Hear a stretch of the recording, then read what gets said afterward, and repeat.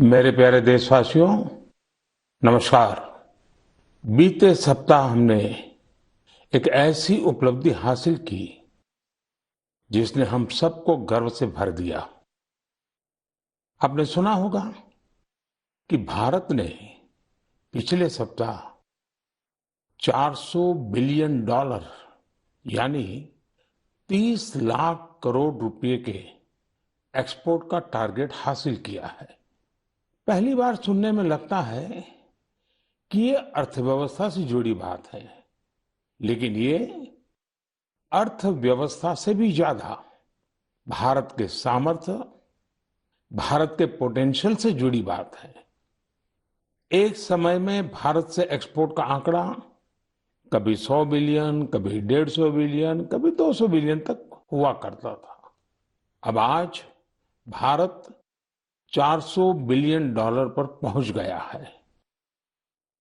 इसका एक मतलब ये कि दुनिया भर में भारत में बनी चीजों की डिमांड बढ़ रही है। दूसरा मतलब ये कि भारत की सप्लाई चेन दिनों दिन और मजबूत हो रही है। और इसका एक बहुत बड़ा संदेश भी है। देश विराट कदम तब उठाता है जब सपनों से बड़े संकल्प होते हैं, जब संकल्पों के लिए दिन रात ईमानदारी से प्रयास होता है, तो वो संकल्प सिद्ध भी होते हैं। और आप देखिए, किसी व्यक्ति के जीवन में भी तो ऐसा ही होता है। जब किसी के संकल्प, उसके प्रयास, उसके सपनों से भी बड़े हो जाते हैं, तो सफलता उसके पास खुद चल करके आती है।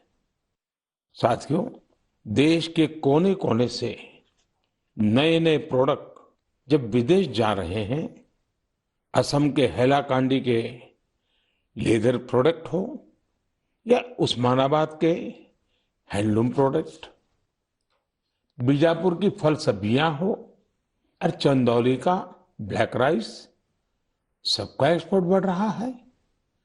अब आपको लद्दाख की विश्व प्रसिद्ध एप्रिकॉट दुबई में भी मिलेगी और सऊदी अरब में तमिलनाडु से भेजे गए केले मिलेंगे। और सबसे बड़ी बात ये कि नए नए प्रोडक्ट्स नए नए देशों को भेजे जा रहे हैं। जैसे हिमाचल, उत्तराखंड में पैदा हुए मिलेट्स, मोटे अनाज की पहली खेप डेनमार्क को निर्यात की गई।